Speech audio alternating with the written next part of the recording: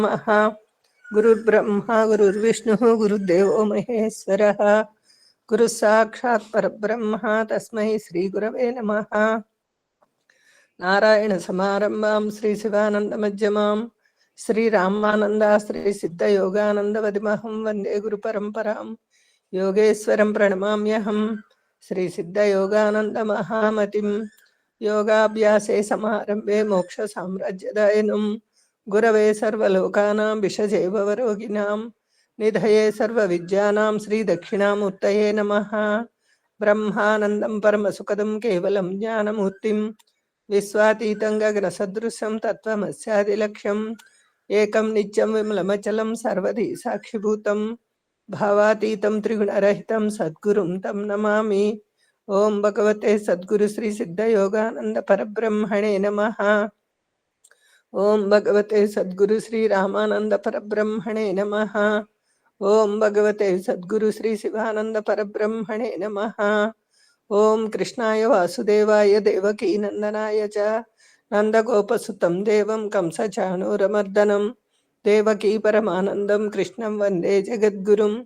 कृष्णं कमलपत्राक्षं पुण्यश्रवणकीर्तनं वासुदेव जगद्योनिं नौमि नारायणं हरिम्। ओं भगवते श्रीकृष्ण परमात्मने नमः। लोकोद्धरणार्थमद्वैत स्थापकाय नमः। श्रीमच्छंकर भगवत्पादाचार्य सद्गुरवे नमः। व्यासं वसिष्ठनप्तारं सिक्ते पौत्रमकल्मषं पराशरात्मजं वन्दे सुखतातं तपोनिधिं।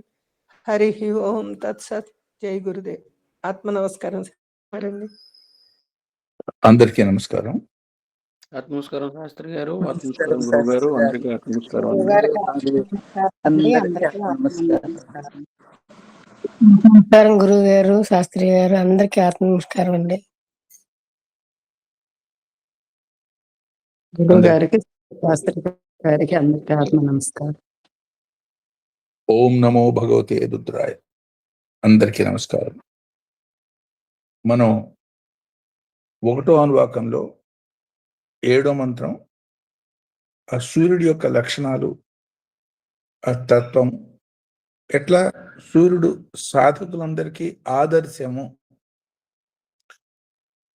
విశ్వంలో ఎవరు భగవంతుడి యొక్క ఆరాధన చేసి అనుభూతి పొందాలి, భగవంతుడి యొక్క స్థితి తాను కూడా పొందాలి అని భావించిన వాళ్ళందరికీ ఎట్లా సూర్యుడు ఆదర్శంగా ఉండేలా భగవంతుడు ఆ సూర్యుడు నిలిపాడు అనే వివరాలు, ఆ వివరాలు మనం తెలుసుకుంటున్నాం. ఇది 7వ మంత్రం కావటం, 1వ అనువాకంలో 7వ మంత్రం కావటం, మన శరీరంలో కూడా 7 ప్రధానమైన చక్రాలు ఉండటం, సప్తమి నాడు సూర్యుడిని చాలా ప్రత్యేకంగా ఆరాధించటం, వారాల్లో 7వ రోజు సోమవారం నాడు సూర్యుడిని ప్రత్యేకమైన ఆరాధనా దినంగా మనం భావించటం, రథ సప్తమి అని 7వ తిథి నాడు, మాఘ మాసం 7వ తిథి నాడు సూర్యుడి యొక్క ప్రత్యేకమైనటువంటి పండుగగా జరుపుకోవటం, వీటన్నిటిలో ఉన్నటువంటి అంతరార్థం ఆధ్యాత్మిక పురోగతి పరంగా మనం సాధనలో అనుభవించాల్సినటువంటి జ్యోతిర్మయమైనటువంటి తత్వపరంగా ఈ శరీరానికి, ఆ సూర్యుడికి, ఈ విశ్వానికి ఉన్న సంబంధం, ఆ వివరాలు ఇవాళ మనం తెలుసుకున్నాం. సో రథ సప్తమి అన్నప్పుడు శరీరాన్ని రథం కింద, రథంలో ప్రయాణం చేసే ఆత్మని, అంటే శరీరంలో ఉన్నటువంటి ఆత్మని రథంలో ప్రయాణం చేస్తున్నటువంటి సారథిగా, అంటే రథికుడుగా మనం తెలుసుకున్నాం. అంటే రథమేమన్నా శరీరం, అందులో రథికుడేమన్నా ఆత్మ, దాన్ని తోలే సారథి ఏమన్నా మనస్సు. అంటే రథం ఉంటుంది, రథాన్ని తోలే సారథి ఉంటాడు, ఆ రథాల్లో ప్రధానంగా ఉన్నటువంటి రథికుడు ఉంటాడు భౌతికంగా మనం చూస్తే. అట్లాగే మన శరీరంలో, శరీరం అనేది ఒక రథం, ఆ రథంలో ఉండే ఆత్మ, దానికి అధిపతి అయినటువంటి రథికుడు, అధిపతి అయిన ఆ రథాన్ని తోలేది మాత్రం మనస్సు అనే సారథి. ఆ రథానికి కట్టినటువంటి గుర్రాలు మనలో ఉన్నటువంటి శ్వాస పరంగాను, బయట ఉన్న జ్యోతిర్మయమైనటువంటి దీని పరంగాను అన్వయించేసి పెద్దవాళ్ళు మనకి చెప్తారు. సో ఆ వివరాల్ని ఈ మాదిరిగా అందులో అంతరార్థాన్ని ఇట్లా తెలుసుకోవచ్చు. దాన్ని ఎన్నో వివరాలు మనం చెప్పుకున్నాం. రమంతే యోగినో అత్ర ఇది రథ అంటే యోగులు ఆనందకరమైనటువంటి తమ ఊర్ధ్వ స్థితికి కారణం ఏదో దాని రథం అన్నారు. అంటే అర్థం ఏమిటి? శరీర మాధ్యం అఖిల ధర్మ సాధనం. ఎవడు ఏ ధర్మ సాధన చేయాలన్నా, ఏ యోగ సాధన చేయాలన్నా, ఏ సుఖాన్ని అనుభవించాలన్నా, ఏ దుఃఖాన్ని అనుభవించాలన్నా, ఏ కర్మని కొత్తగా చేయాలి లేదు ఉన్నదాన్ని వదిలించుకోవాలి అనుకున్న శరీరం అనేది చాలా ముఖ్యము. శరీరం లేకుండా ఏది చేయలేం కాబట్టి శరీరం లేని ఆత్మలు కూడా ఎన్నో ఉంటాయి. కాబట్టి అవన్నీ శరీరం కోసం తాపత్రయపడుతూ ఉంటాయి. కాబట్టి శరీరం అనేది చాలా ఇంపార్టెంట్. అనేక రకాల శరీరాలు రావచ్చు. ఈ శరీరాలన్నీ కూడా ఒక క్రిమి కీటకాది స్థితి దగ్గర నుంచి ఉత్తమమైనటువంటి దేవ జన్మల దాకా అనేక రకాల శరీరాలు ఉండొచ్చు. ఈ అనేక రకాల శరీరాల్లో మానవుడి యొక్క శరీరం చాలా ఉత్తమోత్తమం. అదేమిటి? దేవతలు మనకన్నా చాలా గొప్పవాళ్ళు కదా, మనకన్నా చాలా శక్తివంతులు, మనకి వరాలు ఇచ్చే సమర్థులు. ఈ సూర్యుడు గాని చంద్రుడు గాని అనేక రకాల ఇంద్రుడు, దేవతలు, దిక్పాలకులు, కుబేరుడు, ఎంతో మంది దేవతల పేర్లు మనం చెప్పుకుంటూ ఉంటాం. ఆ దేవతల పేరు మీద అర్చనలు చేస్తూ ఉంటాం. ఆ దేవతల్ని ఆరాధించి మంత్రాలతోనూ వాటితోనూ ఆరాధిస్తూ ఉంటాం. ఆ దేవతల కన్నా కూడా ఈ మానవుడి యొక్క శరీరం ఎట్లా గొప్పది, ఎందుకు గొప్పది అంటున్నారు? నిజంగా గొప్పదే. సో సైంటిఫిక్ గా కూడా ఈ అన్వయాలన్నీ కూడా మనం అర్థం చేసుకోవచ్చు.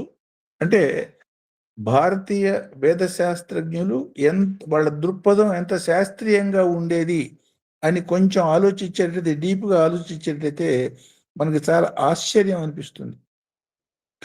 ఎన్నో విషయాల్లో ఇవాళ గత 40-50 సంవత్సరాలు 100 సంవత్సరాల క్రితం మాత్రమే తెలుసుకుని ఇంకా తెలుసుకుంటున్నటువంటి శాస్త్రీయమైనటువంటి విషయాలన్నీ ఏనాడో వాళ్ళు అనుభవించి అర్థం చేసుకుని గ్రంథస్థం చేసి తరతరాలుగా దాన్ని అందిస్తున్నటువంటి శాస్త్రీయ విధి విధానాలే ఈ యోగ శాస్త్రం కానీ, లేదు మంత్రశాస్త్రం కానీ, లేదు అనేక రకాలుగా మానవుడి యొక్క ఉదాత్తమైన స్థితికి పోయేదానికి మానవుడికి ఉన్నటువంటి అధికారాలు వాళ్ళు అనుభవించి మనకి మార్గదర్శకంగా ఎట్లా పోతే ఏ ఫలితాలు పొందుతారు ఈ పండగల కింద ఇంకో దాని కింద చెప్తున్న వాటన్నిటిలో ఉన్నటువంటి శాస్త్రీయతని మనం ఇట్లా అర్థం చేసుకోవచ్చు. సో అంటే శరీరం కనుక లేకపోయేటట్టయితే ఏదీ సాధించలేం. అనేక రకాల శరీరాలు మనం చేసుకున్న కర్మల మూలంగా రావచ్చు. సపోజ్ ఏ జంతు సంబంధమైన శరీరం వచ్చింది, లేదు క్రిమికీటకాల సంబంధమైన శరీరం వచ్చింది. ఆ శరీరాన్ని ఉపాధి అంటాం. ఉపాధి ఆత్మకి ఉండదగ్గ చైతన్యం ఉండదు. మనకి శాస్త్రీయ దృక్పథంగా సైన్స్గా ఆలోచిస్తున్నప్పుడు ఆర్గానిక్ కెమిస్ట్రీ అంటాం, ఇన్ఆర్గానిక్ కెమిస్ట్రీ అంటాం, ఫిజికల్ కెమిస్ట్రీ అంటాం చెప్పుకుంటూ ఉంటాం. ఆర్గానిక్ అంటే ఏమన్నా జీవరసాయన శాస్త్రం అని, ఇన్ఆర్గానిక్ అంటే ఏమన్నా కేవలం వస్తువులకి జీవం లేని రసాయన శాస్త్రం అని, ఇట్లాంటి క్లాసిఫికేషన్ మనం చూస్తాం. వేద శాస్త్రజ్ఞుల యొక్క క్లాసిఫికేషన్లో జీవరహితం అనేది లేదు. ఆ జీవం యొక్క స్థాయి భేదాలు ఉండటం తప్ప జీవం లేకుండా ఉన్నటువంటి వస్తువు అనేదే లేదు అనేది వాళ్ళ దృక్పథం. దాని యొక్క శాస్త్రీయత మెల్లిమెల్లిగా అర్థమవుతోంది. అంటే మనం ఇప్పటికి కూడా మనం ఇన్ఆర్గానిక్ కెమిస్ట్రీ అంటాం. దాని అంటే చైతన్యరహితం అనేది జీవం లేని విషయాల గురించి మనం తెలుసుకుంటున్నాము అని. వేద శాస్త్రాన్ని బట్టి అసలు జీవం లేని పదార్థం అంటూ లేదు. కాకపోతే ఆ జీవం యొక్క స్థాయిలు వేరువేరుగా ఉండొచ్చు. అంటే ఉదాహరణకి ఒక రాయి ఉండొచ్చు. ఆ రాయికి మనం ప్రాణం లేదు అని మనం అనుకుంటాం. మన దృక్పథంలో దానికి ప్రాణం లేదు అంతే. కానీ నిజంగా ప్రాణం లేకపోవటం కాదు. ఉదాహరణగా తీసుకున్న ఇప్పుడు ఎన్నో రకాల శిల్ప సంపద మన భారతదేశంలో కనపడుతూ ఉంటుంది. ఈ శిల్ప సంపద ఇంత అపూర్వమైనటువంటి శిల్పాలు ఎట్లా చెక్కగలిగారు వీళ్ళు అని ఇప్పుడు శిల్పాలు చెక్కుతున్నారు. ఆ రాతికి ఉన్నటువంటి లక్షణాలు, ఆ రాతికి ఉన్నటువంటి అవస్థ, వాటి స్థితి ఇవి గమనించి దానికి అనుకూలమైనటువంటి విధి విధానాలతో ఆ శిల్పాలు చెక్కటం మూలంగా ఆ శిల్పాల్లో అంత జీవకళ ఉట్టిపడుతోంది అని శిల్పశాస్త్రాన్ని అధ్యయనం చేసిన వాళ్ళు మనకి చెప్తారు. అంటే రాతికి కూడా ఒక పర్టికులర్ అవస్థ, నిద్రావస్థ ఒకటి ఉన్నదని, అది మెలకుగా ఉండే అవస్థ ఒకటి ఉన్నదని, ఏ అవస్థలో ఉన్నటువంటి రాయిని, ఏ పర్టికులర్ రకమైన రాయిని ఏ రకమైన విగ్రహం చెక్కడం మూలంగా అందులో ఎక్కువ శక్తి వ్యక్తీకరించబడుతుంది అనే శాస్త్రము, దాన్ని అధ్యయనం చేసినటువంటి శాస్త్రజ్ఞులు కొల్లలుగా భారతదేశంలో ఒకప్పుడు ఉండేవాళ్ళు. వాళ్ళు చేసినవే విగ్రహాలు. అంటే రాతికి కూడా ప్రాణం ఉన్నది, కాకపోతే ఆ ప్రాణాన్ని మనం తెలుసుకోలేని స్థితిలో ఉన్నది, అవ్యక్తమైనటువంటి ప్రాణస్థితి ఉన్నది రాయి అనుకోండి. ఒక చెట్టు ఉన్నది, ఆ చెట్టుకు ప్రాణం ఉన్నదా? ఉన్నది. కానీ మాట్లాడుతుందా? మాట్లాడలేదు. కదులుతుందా? కదలలేదు. అంటే దానిలో ప్రాణం ఎట్లా ఉంటుంది? ఉన్న చోటే పెరుగుతూ తన యొక్క చైతన్యాన్ని వ్యక్తం చేసే విధానంగా ఉంటుంది. అంటే రాతిలో ఉన్న ప్రాణస్థితి కన్నా ఈ చెట్టులో ఉన్న ప్రాణస్థితి ఎక్కువ ఉన్నతంగా ఉన్నది. పరిణామ క్రమంలో రాతి జీవదశ కన్నా చెట్టు యొక్క జీవదశ ఉన్నతమైంది. నెక్స్ట్కి వచ్చేటప్పటికి అనేక రకాల 84 లక్షల రకాల జీవరాశులను మనం చూస్తాం. ఇందులో అనేక స్థాయి జీవులు ఉంటాయి. చాలా చిన్నవి, పాకేవి, దేకేవి, రకరకాల జీవులు. ఇవన్నీ కూడా ఆ మొదట ఆ 16 స్థాయిల్లో ఈ సృష్టి జరిగిన క్రమంలో మనం తెలుసుకున్నాం. అందుకని ఆ వివరాలు మళ్ళీ నేను చెప్పటం లేదు. సో ఈ రకరకాల జీవరాశుల్లో వాటిల్లో ఉన్న చైతన్యం, ఒక చీమ ఉన్నది. ఆ చీమకి చెట్టుకి తేడా చూడండి. చీమలో ఉన్నటువంటి చైతన్యం అది కదిలేటట్టుగా చేస్తుంది. చీమ ప్రత్యేకంగా అరవలేకపోవచ్చు, ఏ రకమైన శబ్దాలు చేయలేకపోవచ్చు, కానీ కదలగలుగుతోంది. అదే ఇంకొన్ని జంతువులు కనుక ఎట్లయితే వాటి యొక్క భావాల్ని, అంటే వాటి యొక్క వాటి యొక్క స్థితిని శబ్ద రూపంలో వ్యక్తం చేసే లక్షణాలుగా కూడా ఉంటాయి. వీటన్నిటిలో పరిణతి చెందిన మానవుడిని మనం చూసేటట్టయితే తన యొక్క భావాల్ని మాట రూపంలో వ్యక్తం చేయగలగటం, అవతల వాడు చెప్పిన మాట లేకపోతే శబ్దాన్ని అర్థం చేసుకోగలగటం అనే ప్రత్యేకమైన శక్తి కలిగిన వాడుగా మానవుడు, అంటే తనని తాను వ్యక్తీకరించుకునేవాడుగా, కాబట్టి వ్యక్తి అనే పేరుతో పిలువబడే విధానంగా మానవుడు ఉంటాడు. అదే దేవతా శరీరాలు ఉంటాయి. ఈ దేవతా శరీరాలు ఉండేటట్టయితే వాటి యొక్క పరిస్థితి మనం చూసినట్టయితే శబ్ద సంబంధంగా వాళ్ళ శరీరాలు ఉండొచ్చు, భావ సంబంధంగా వాళ్ళ శరీరాలు ఉండొచ్చు. అంతేగాని పంచభూతాలతో చేసిన శరీరాలుగా వాళ్ళ శరీరాలు ఉండవు. అందువల్ల వాళ్ళకి కర్మ చేసే అధికారం ఉండదు.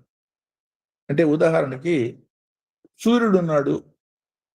సూర్యుడినే మనం ఆదర్శంగా పెట్టుకుని ఆయనే భగవంతుడిగా భావిస్తూ మనం ప్రార్థన చేస్తున్నాం, లేకపోతే జ్యోతిర్మయ తత్వాన్ని అనుసంధానం చేసుకుని నిత్య జీవితంలో సాధనలు చేస్తున్నాం. లేదు ఇంద్రుడు, చంద్రుడు, లేకపోతే కుబేరుడు, ఇంకో ఇతర దేవతలు, లేదా బ్రహ్మ, విష్ణు, మహేశ్వరుడు, రకరకాల దేవతా స్థాయిలు స్థాయి భేదంగా ఇప్పుడు అనేక రకాల జీవస్థాయిలు చెప్పాను. ఏదో మనం ఉద్యోగ వ్యవస్థ మనం తీసుకున్న ఒక ప్యూన్ దగ్గర నుంచి జనరల్ మేనేజరు, మేనేజింగ్ డైరెక్టర్ దాకా ఎన్నో రకాల స్థాయి భేదాల్లో అందరూ మనుషులే.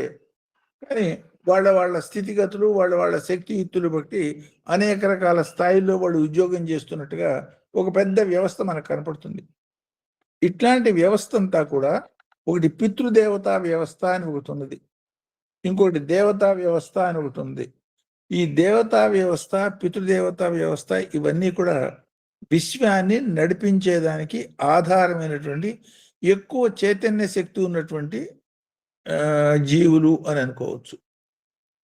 వాళ్ళు మానవులుగా చేసినటువంటి కర్మల్ని బట్టి ఆ స్థాయిలో వాళ్ళు ఉండి వాళ్ళ కార్యనిర్వహణ చేస్తున్నారే తప్ప సొంతంగా మళ్ళీ ఆలోచించి ఒక కర్మ చేయాలంటే కర్మ చేసే అధికారం ఈ దేవతలు పితృదేవతలు వీళ్ళకి లేదు.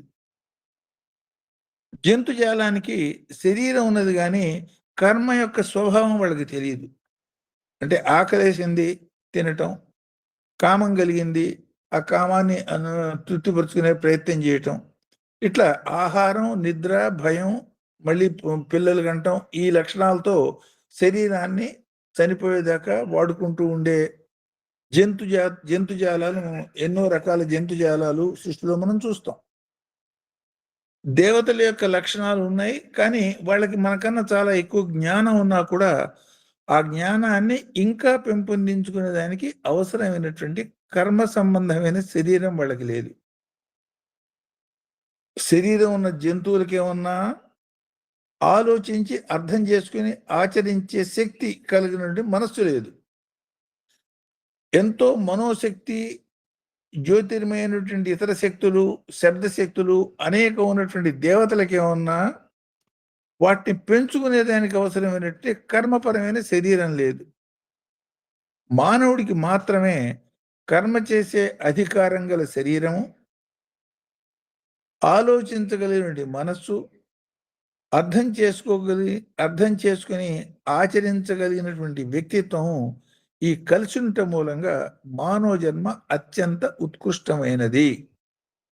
అంటే సాధనాపరంగా మానవుడుకున్నటువంటి ప్రత్యేక అర్హత అర్థం చేసుకుని పురోగమించి ఉన్నతమైనటువంటి స్థితికి పోయేదానికి అవకాశం ఉన్నటువంటి జీవి కాబట్టి మానవ జన్మ అనేది ఉత్కృష్టము, ఉత్తమోత్తము. కాబట్టి సద్వినియోగం చేసుకోండి అనే సంకేతం కూడా ఈ మంత్రంలో మనకు తెలుసుకోవచ్చు.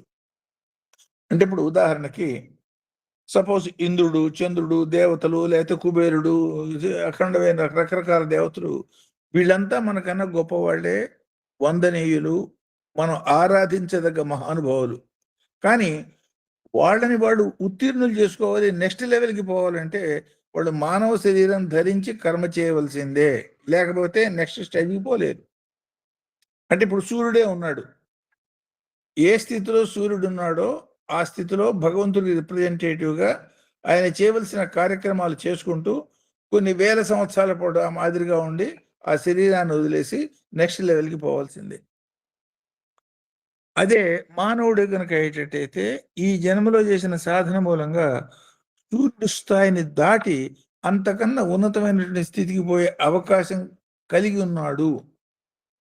ఉదాహరణకి కథగా మనం చెప్పుకుంటూ ఉంటాం. ఉత్తానపాదుడు అనే రాజు ఉన్నాడు. ఆ రాజుకి 2 భార్యలు ఉన్నారు. ఆ 2 భార్యలో పెద్ద భార్యకు ఒక కొడుకున్నాడు. ఆ కొడుకు పేరు ధ్రువుడు. ధ్రువ నక్షత్రం అని పేరు మనం వింటూ ఉంటాం. నార్త్ పోల్ స్టార్ అంటాం. చాలా బ్రైట్ గా వెలుగుతూ ఉత్తర దిక్కులో తెల్లవారుజామున అంటే 4:35 ఆ టైంలో చూస్తే చాలా బ్రైట్ గా కనపడుతూ, దాని గైడింగ్ పోల్ అంటారు. ఇవాళ రేపు రకరకాల ఇన్స్ట్రుమెంట్స్ అవన్నీ వచ్చినాయి కాబట్టి ఏ పరిస్థితుల్లో ప్రయాణం చేయాలన్నా సముద్రంలో ప్రయాణం చేసేటప్పుడు దిక్కులు ఏం కనపడవు మనకి. వాళ్ళకి ఆ దిక్కు తెలుసుకోవాలంటే దిక్కు ఏమిటంటే ఈ స్టారే దిక్కు ఉండేది ఒకప్పుడు. ఇవాళ కంపాసు, నార్త్, సౌత్, ఇటు రకరకాలు తెలుసుకునే ఈ జ్ఞానం వచ్చింది. సో ఆ స్టార్ మాత్రం అదే, దాన్ని నార్త్ పోల్ స్టార్ అంటాం, ధ్రువ నక్షత్రం అంటాం మనం. సో ఆ కథాపరంగా దాన్ని ఆలోచించినప్పుడు ఆ రాజుగారికి పెద్ద భార్య కొడుకు ధ్రువుడు, చిన్న భార్య కొడుకు ఇంకో పేరు ఏదో ఉన్నది. ఆ రాజుగారి తొడ మీద కూర్చున్నప్పుడు ఆ చిన్న భార్య వచ్చి తీసేసిందని ఈ పిల్లవాడు మనసు చాలా కష్టపడి తల్లి దగ్గరికి పోయినప్పుడు తల్లి వాడికి బోధించిన విధానం మనం గమనించేటట్టయితే ఎట్లా పిల్లల్ని మనం ఉత్తమ మార్గంలో తీసుకుపోవాలి అనే వివరాలు మనకు అందులో అర్థమవుతాయి కథలో. రాజుగారు తొడ మీద తీసిపడేసింది, ఆయన ఏమీ మాట్లాడలేదు. అందులో అంటే దాని మూలంగా పిల్లవాడు మనసు చాలా కష్టపడింది. ఇవాళ మనం సినిమాల్లో వాటిలో చూసేటట్టయితే ద్వేషం చాలా పెంచడం, వాడిని చంపేసి వీడు రాజ్యం మీద కూర్చోవటం, ఇవి జరుగుతున్న చర్యలుగా మనం గమనిస్తాం. కానీ ఈ తల్లి ఆ పిల్లవాడికి చేసిన బోధ ఏమిటంటే, రాజుగారి తొడ మీద కూర్చోలేకపోయినావు, నీ తమ్ముడు కూర్చున్నాడు, నువ్వు కూర్చోలేకపోయినావు, ఎందుకు బాధపడతావు? ఈయన చిన్న దేశానికి రాజు, భూలోకంలో ఒక చిన్న భాగానికి ఈయన రాజు. సాక్షాత్తు ఈ అన్ని రకాల భూమండలాలకి, అంటే ఈ అన్ని భువనాలకి 14 భువనాలకి మహాచక్రవర్తి సాక్షాత్ విష్ణుమూర్తి. నువ్వు ఆయన తొడ మీద కూర్చోవచ్చు, కాకపోతే నువ్వు సాధన చేసి నీ యొక్క శక్తిని పెంచుకుని ఆ స్థితి పోవాలి. సరే, వీడికి చాలా ఆశ్చర్యం అనిపిస్తుంది, సంతోషం అనిపిస్తుంది. చాలా చిన్న పిల్లవాడు. సో ఆ పిల్లవాడు ప్రయత్నం చేసి తను సాధన చేసి నారదుడు కనపడటం, అదంతా మీ అందరికీ తెలిసిందే, అందుకనే చెప్పటం లేదు. అతను సాధన చేసిన తర్వాత సాక్షాత్ విష్ణుమూర్తి ప్రత్యక్షం కావటం, తర్వాత జ్యోతిరి మండలంలో ఈ అనంతమైన కాలం ఆయన రాజ్యం అది చేసిన తర్వాత ఆ జన్మాంతరానికి జ్యోతిరి మండలంలో ధ్రువ నక్షత్రంగా ఉండే స్థితి, అంటే విశ్వంలో ఉన్న నక్షత్రాలన్నిటికీ గైడెన్స్ ఇచ్చే స్థాయి, అంటే నక్షత్రాలు, అంటే సప్త ఋషి మండలం అని ఒక నక్షత్ర మండలం, 7 ఋషులు అరుంధతి కలిసిన నక్షత్ర మండలం ఒకటి ఉంటుంది. ఆ నక్షత్ర మండలం నుంచి సూర్యుడికి గైడెన్స్ వస్తూ ఉంటుంది. వీటన్నిటికీ ఆధారమైనటువంటి నార్త్ పోల్ స్టార్ గా అధికారం ఇస్తాడు పరమేశ్వరుడు, అంటే విష్ణుమూర్తి. అంటే మానవుడు తన సాధన మూలంగా ఎట్లాంటి స్థాయికి చేరొచ్చు అనే దానికి నిదర్శనంగా మనం తీసుకోవచ్చు. అదే మాదిరి ఇవాళ నవగ్రహాలు అంటాం. చంద్రుడు, బుధుడు, కుజుడు, కుబేరుడు, రకరకాల పేర్లు చెప్తాం. వీళ్ళందరి చరిత్ర మనం చూసేటట్టయితే ఒక పర్టికులర్ టైంలో వీళ్ళంతా మానవులు, గొప్ప సాధకులు. వాళ్ళ సాధనల మూలంగా, వాళ్ళు చేసిన సాధనలకి తగ్గ ఫలితంగా ఇవాళ ఆ గ్రహాల రూపంలో విశ్వం మొత్తానికి ఆధారమైనటువంటి శక్తులుగా ఎట్లా పనిచేస్తున్నారు అనే వివరాలు కూడా మనకు తెలుస్తాయి. అంటే యోగ సాధన అని ఏదైతే మనం చేస్తున్నామో, ఈ యోగ సాధనలో హైయెస్ట్ స్టేజ్ కనుక మనం పోగలిగేటట్టయితే అది సాక్షాత్తు భగవంతుడు నిరాకార పరబ్రహ్మ తత్వం దాకా పోగలుగుతాము. ఒకవేళ పోలేకపోయినాము, ఏ రకమైన నష్టము లేదు, తర్వాత పోగలిగేదానికి అవకాశం వచ్చే విధానంగా అనేక రకాలైన ఉత్తమ స్థితులు మనం పొందుతాము. అంటే సాధన మూలంగా చెడిపోవటం అనేది ఉండదు, ఊర్ధ్వస్థితే తప్ప అధోగతి ఉండనే ఉండదు అనే వివరాన్ని కూడా ఇండైరెక్ట్ గా ఈ మంత్రం మనకి చెప్తుంది. సో ఈ సాధన స్థాయిల్లో ఈ వివరాన్ని కనుక కొంచెం లోతుగా చూసేటట్టయితే అనేక రకాలు, అంటే ఇప్పుడు ఫర్ ఎగ్జాంపుల్ జప గాయత్రి, అజప గాయత్రి, గాయత్రి హృదయం అనే స్థాయిలుగా ఈ వివరాలను మనం తెలుసుకుంటాం. ఏ జీవిని మనం చూసినా ఇంక్లూడింగ్ ద స్టోన్, దానికి ప్రాణశక్తి ఉన్నది, దాని విధానంలో దానికి కూడా ఈ ఉచ్ఛ్వాస నిశ్వాసాలు ఉన్నాయి అనే వివరం మనకు తెలుస్తుంది. అంటే యాజ్ ఇట్ ఈజ్ గా మనం పోయి ఒక రాయి దగ్గరికి పోయి చూస్తే అది శ్వాసిస్తోందా లేదా మనకి తెలియకపోవచ్చు. ఒక చెట్టు నిజంగా శ్వాస తీసుకుంటోందా లేదా అనేది మనకి తెలియకపోవచ్చు. కానీ దాన్ని తెలుసుకునేంత సూక్ష్మ స్థితికి పోయి మనం కనుక తెలుసుకోగలిగేటట్టయితే తెలుస్తుంది అని ఉద్దేశం. అంటే ఇప్పుడు ఫర్ ఎగ్జాంపుల్ ఇవాళ ఉన్నటువంటి శాస్త్రీయ పరిజ్ఞానంగా ఇవాళ మనకి శాస్త్రం ఎంతవరకు వచ్చిందంటే, ఒక మొగ్గ వికసిస్తున్నప్పుడు ఆ మొగ్గ నుంచి పువ్వు వచ్చే సందర్భంలో కలిగే శబ్దాన్ని రికార్డ్ చేసే అంత సూక్ష్మ శబ్దాన్ని రికార్డ్ చేసే స్థాయికి మనం వచ్చిన తర్వాత కొన్ని వివరాలు తెలుస్తున్నాయి. ఇంకా సూక్ష్మ స్థితికి పోయినప్పుడు రాతిలో ఉన్నటువంటి చైతన్యాన్ని కూడా గమనించగలిగిన స్థితి మనకు వస్తుంది అని అనుకోవచ్చు. అంటే క్రమక్రమంగా స్థూలం నుంచి సూక్ష్మానికి పోతున్న కొద్దీ అఖండమైనటువంటి విజ్ఞానం మనకు అనుభవంలోకి వస్తుంది. ఈ స్థూలం నుంచి సూక్ష్మానికి పోయేదానికి కూడా ఇవాళ మనం ఇన్స్ట్రుమెంట్స్ ని ఆధారం చేసుకుని ప్రయాణం చేస్తున్నాం. సో వేద శాస్త్రజ్ఞులు చేసిన పని ఏమిటంటే, ఈ ఇన్స్ట్రుమెంట్లు ఆధారం చేసుకుని మనం ప్రయాణం చేయాల్సిన అవసరం లేదు. మన శరీరంలో ఉన్న మనసు అత్యంత సూక్ష్మమైనది, అత్యంత శక్తివంతమైనది. కాబట్టి దాన్ని ఏకాగ్రం చేసి రకరకాల భావాలతో దాని యొక్క డైరెక్షన్ డిస్టర్బ్ కాకుండా ఉండే విధానంగా ఏకమనస్కత సాధించేటట్టయితే అత్యంత సూక్ష్మ స్థితికి మనని తీసుకుపోతుంది అన్న అనుభూతిని వాళ్ళు పొంది మనకి మార్గదర్శకంగా ఈ మంత్రాలన్నీ ఏర్పాటు చేశారు. అంటే మంత్రం కానిది సృష్టిలో లేదు. అంటే మంత్రం అంటే శబ్దం, శబ్దం కానిది సృష్టిలో లేదు. కాకపోతే ఆ శబ్దం చాలా సూక్ష్మంగా ఉండటం మూలంగా అది మంత్రము అనే భావంతో మనం దాన్ని చూడకపోవచ్చు. ఇప్పుడు ఉదాహరణగా మనం చెప్పాలి, ఇప్పుడు యోగ విధానంగా యోగ శాస్త్ర పరంగా దీన్ని మనం ఆలోచించేటట్టయితే మనం చేసే సాధనా ప్రక్రియ అంతా కూడా శ్వాసపరంగా ఉంటుంది. మనం తెలిసి ఆ శ్వాసని ఏ మాదిరిగా శ్వాస చేయాలి, దాన్ని ఊర్ధ్వముఖంగా తీసుకుపోవటం, అధోముఖంగా అది ప్రయాణం చేసే విధానాన్ని గమనించటం, ఈ రెండింటిని సమం చేయటం, ఆ సుషుమ్నని యాక్టివేట్ చేయటం అనే ప్రక్రియ తెలుసుకుని దాని పరంగా మనం ప్రయత్నం చేస్తున్నాం. ఏమీ తెలియని ఒక జంతువు శ్వాసిస్తోంది. దాని యొక్క శ్వాసలో కూడా ఊర్ధ్వముఖ ప్రయాణము, అధోముఖ ప్రయాణం ఉన్నదా లేదా? దానికి తెలియకపోవచ్చు. తెలిసినా తెలియకపోయినా శ్వాస అనేది ప్రతి జీవికి కూడా బేసిక్ స్పందన, దాన్ని ప్రాథమిక స్పందన అంటారు.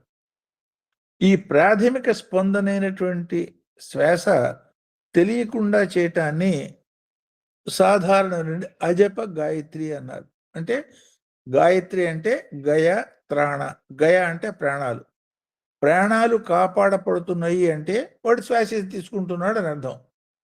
బతుకున్నవాడు ఎవడైనా శ్వాస ఉంటుంది కాబట్టి బతుకున్నాడంటే వాడు శ్వాసని ఆరాధిస్తున్నాడు, జపిస్తున్నాడు, దాన్ని వాడికి తెలియకుండా చేస్తున్నాడు, అజప గాయత్రిగా చేస్తున్నాడు. దాన్ని తెలుసుకుని చెయ్యండి. తెలుసుకుని చేసేదానికి 24 అక్షరాల గాయత్రిని మనకి చెప్పారు. ఈ 24 అక్షరాల గాయత్రిని తెలుసుకుని చేసేది అందులో ఉన్న సూక్ష్మాన్ని, ఆ శ్వాస యొక్క తత్వాన్ని తెలుసుకుని చేయటం అనేది యోగశాస్త్రపరంగా చెప్పారు. అంటే అజ్ఞానంతో చేసేది మామూలు సాధారణమైన శ్వాస, తెలుసుకుని చేసేది అజప గాయత్రి, మంత్రపరంగా చేసేది 24 అక్షరాల గాయత్రి. ఈ గాయత్రి తత్వాన్ని, దీని యొక్క మూలతత్వాన్ని తెలుసుకుని చేసేది బాల, షోడశి, పంచదశి పేర్లతో దాని గాయత్రి హృదయం ఉన్నారు. అంటే అన్ని గాయత్రులే. గాయత్రులు అంటే ఏమిటి?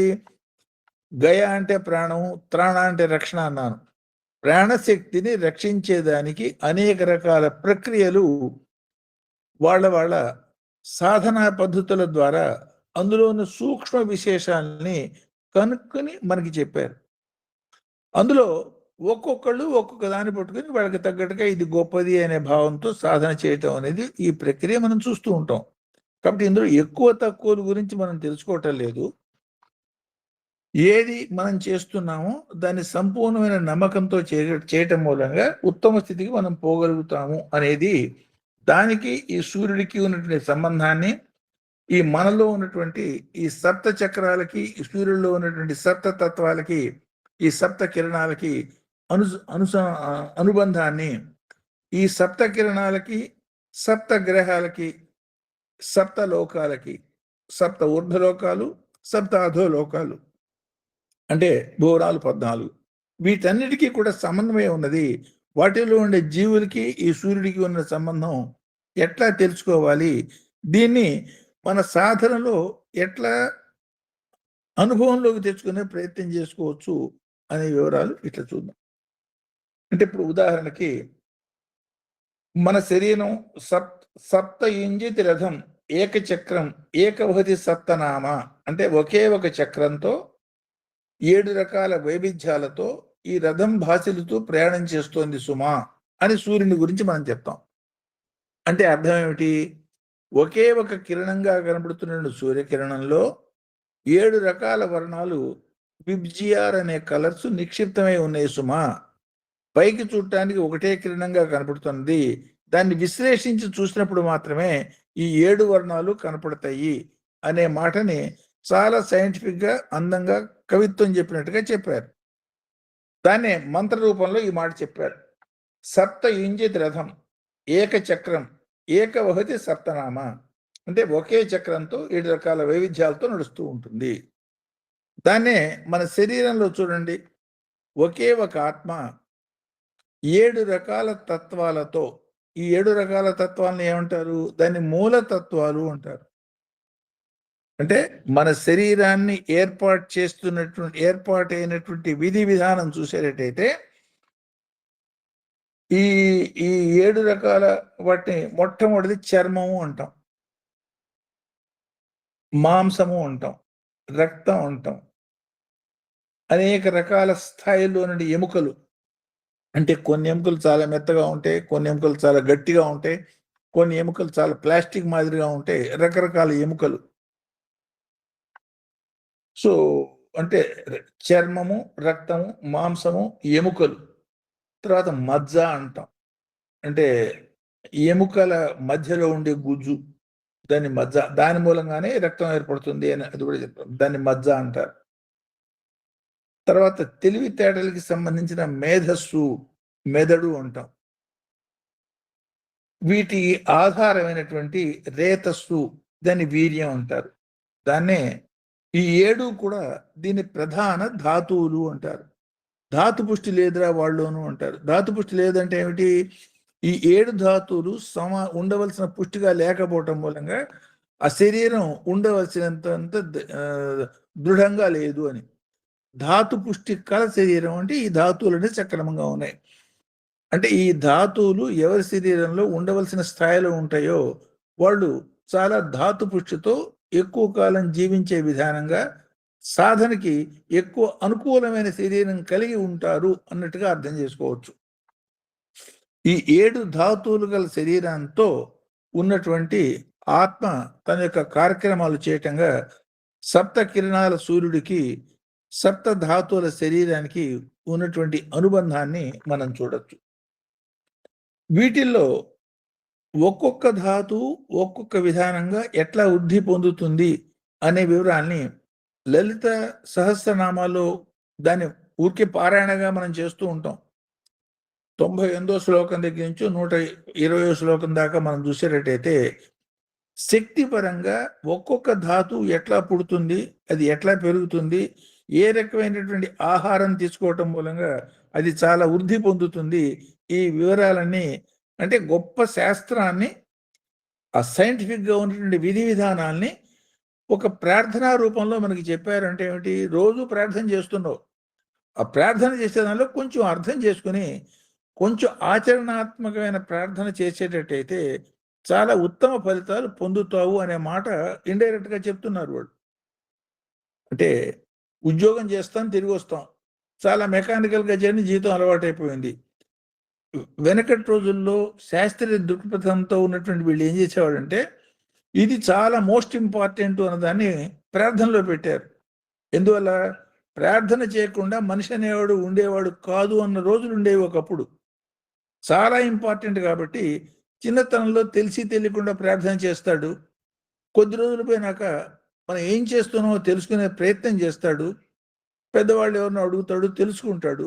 కాబట్టి ఓహో ప్రార్థనలో ఉన్న రహస్యం తెలిసి ఆ అంతరార్థం కోసం తీవ్రంగా తాపత్రయపడి ఉత్తమ స్థితికి పోవటం అనేది ఒక గురు శిష్య సాంప్రదాయంగా ఒక ప్రక్రియగా ఉండి ఆ మాదిరిగా పోతూ ఉండేవాళ్ళు. సో ఈ సప్త ధాతువులు విధి విధానాలు, ఏ ధాతువు ఏ ఆహారంతో పెరుగుతుంది, ఎట్లా వృద్ధి పొంది ఎట్లా స్థితి పొందుతుంది అన్న వివరాలన్నీ కూడా ఆ రహస్య నామాల్లో దాదాపు ఒక 120 నామాల్లో, మనం 70-80 నామాల్లో ఈ వివరాలన్నీ మనం చూడొచ్చు. సో ఈ సప్తధాతువులతో ఉన్నటువంటి శరీరంలో చిట్ట చివరి ధాతువు ఏదైతే ఉందో, వీరశక్తికి సంబంధించిన ధాతువు ఏదైతే ఉందో, దానికి ఆధారమైనది ఏమిటంటే మన శరీరంలో ఉన్నటువంటి 7వ చక్రం.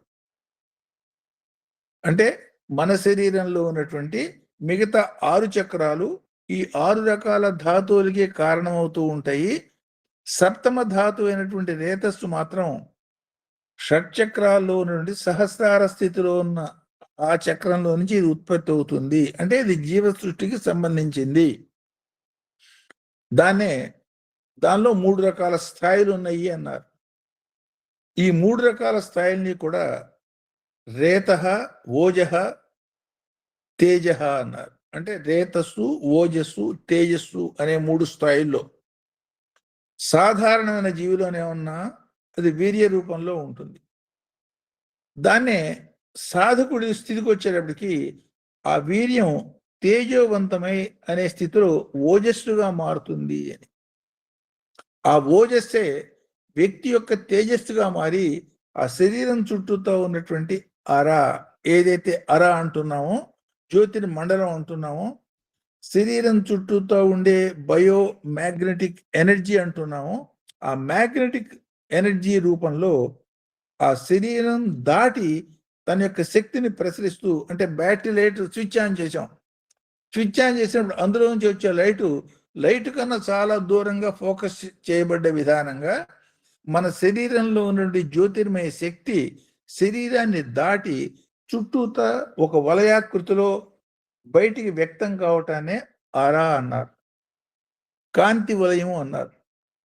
పాత ఫోటోలు చూస్తే, అంటే ఈ రవివర్మ లాంటి వాళ్ళు వేసిన ఫోటోలు కనుక మీరు చూసేటట్టయితే, ఈ దేవతా విగ్రహాల తల చుట్టూతా ఒక కాంతి వలయం ఉంటుంది.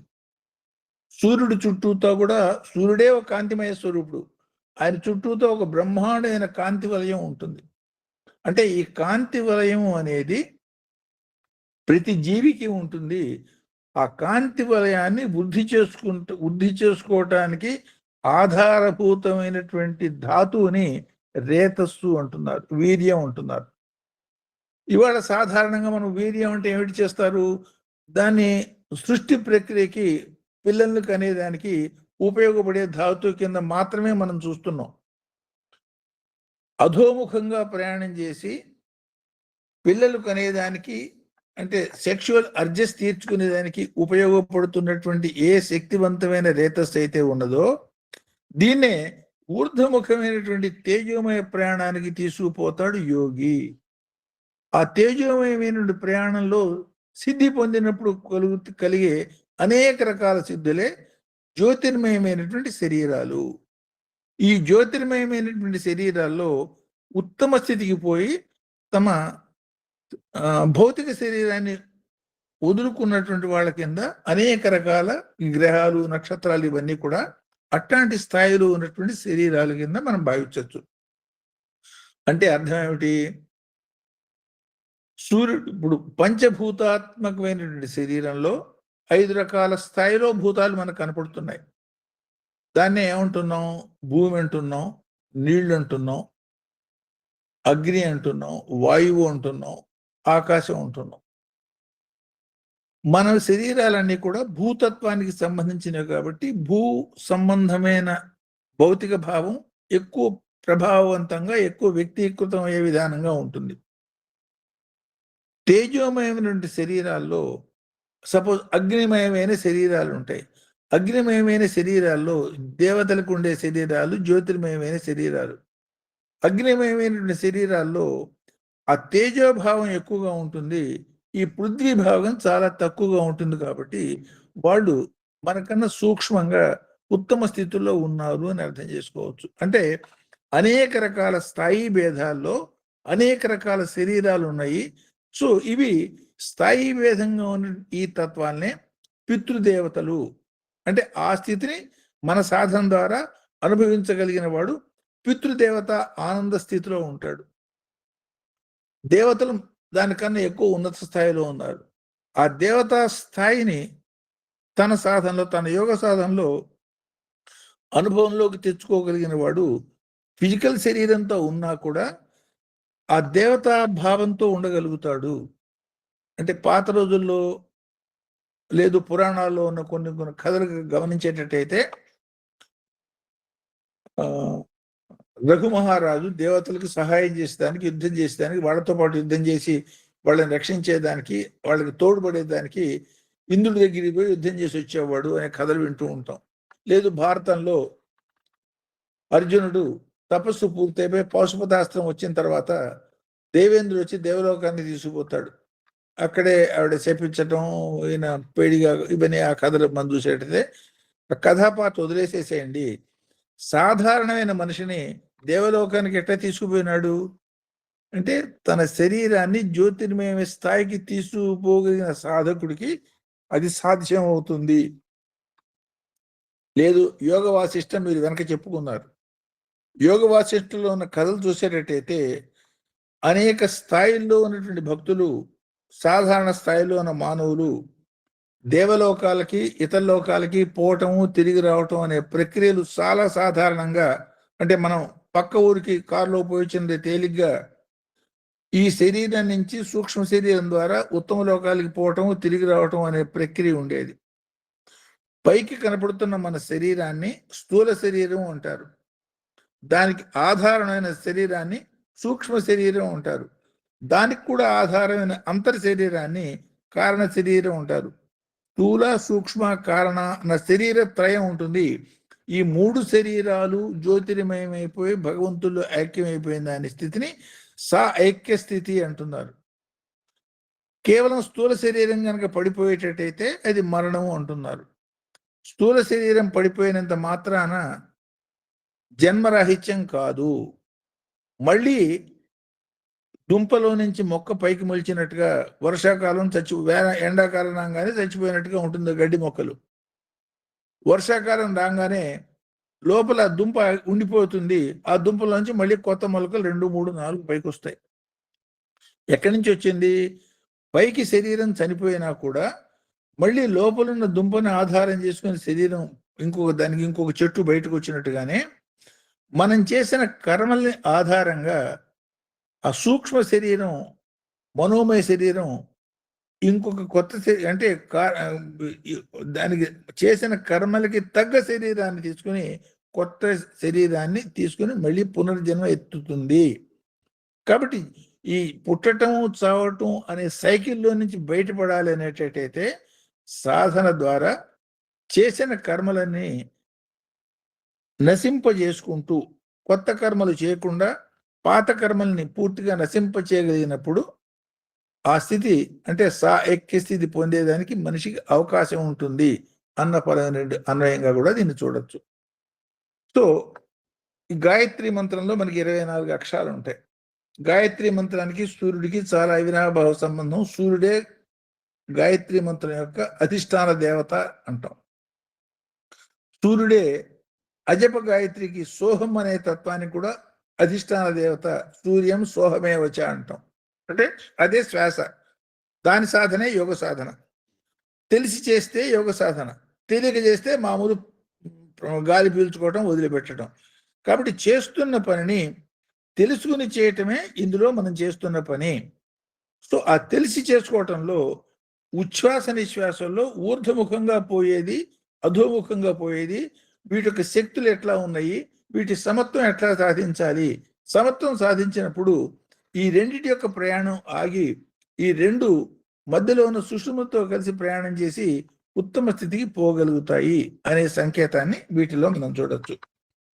సో ఈ 24 అక్షరాల గాయత్రి పరంగా చూసేటట్టయితే మన శరీరంలో ఉన్న ప్రధాన 24 తత్వాలకి అనుగుణంగా వాటిలో నుండి జ్యోతిర్మయ చైతన్యాన్ని అర్థం చేసుకోగలిగేదానికి చెప్పబడ్డ 24 అక్షరాలే గాయత్రిలో ఉన్నటువంటి 24 శబ్దాల యొక్క మూలతత్వం. అంటే తత్సవితుర్వరేణ్యం భర్గో దేవస్య ధీమహి ధియో యోన ప్రచోదయాత్. ఈ 24 అక్షరాలకి సంబంధం ఏమిటంటే మన శరీరంలో పంచభూత శక్తులు మన శరీరంలో ఉన్నాయి. మన శరీరంలో పంచ ప్రాణాలు ఉన్నాయి. అందులో పంచ కర్మేంద్రియాలు, పంచ జ్ఞానేంద్రియాలు ఉన్నాయి.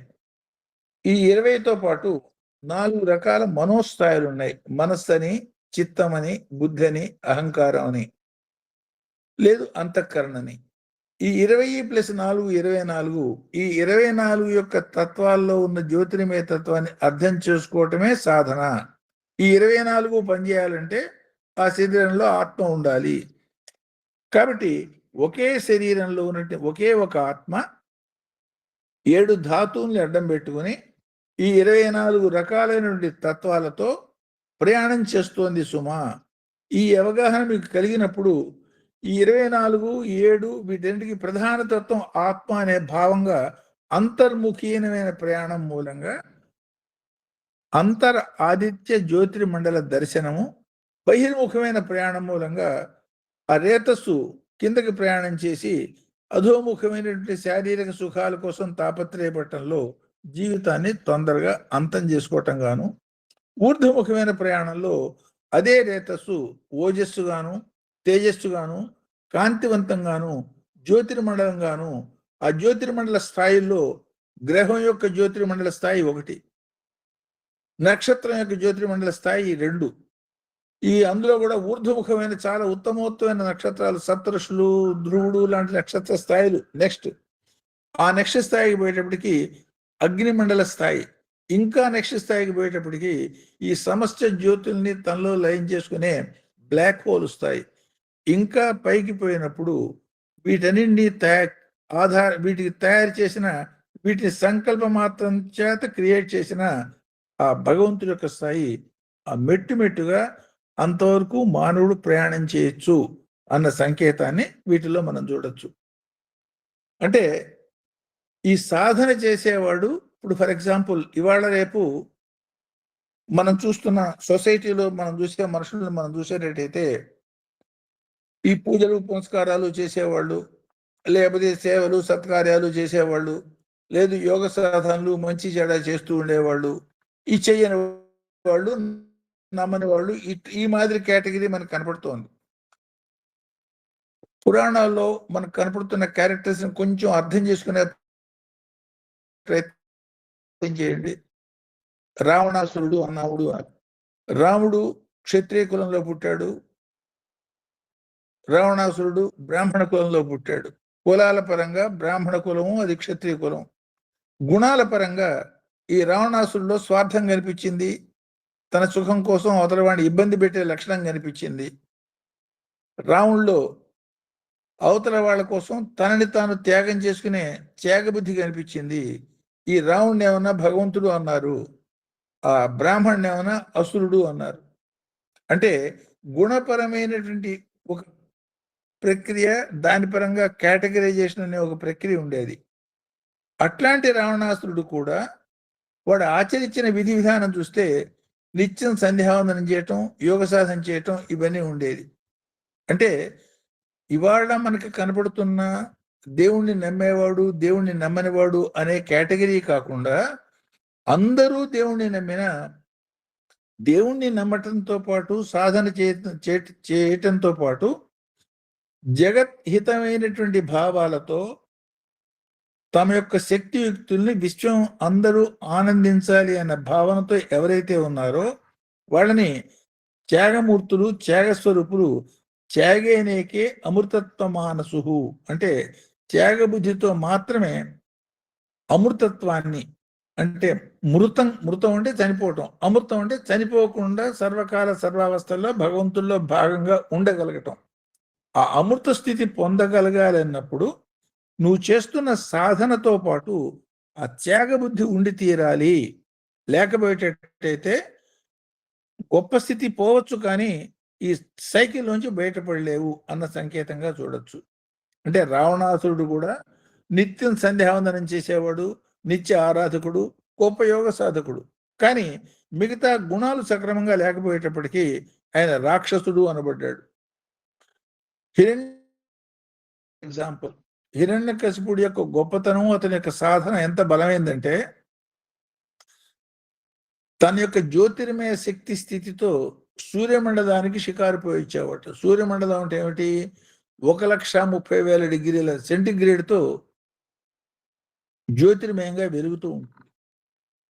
1,30,000 డిగ్రీలు, 100 డిగ్రీల దగ్గర నీళ్లు ఆవిరైపోతుంది, 80-90 డిగ్రీల సెంటిగ్రేడ్ దగ్గర బియ్యం అన్నంగా మారిపోతుంది.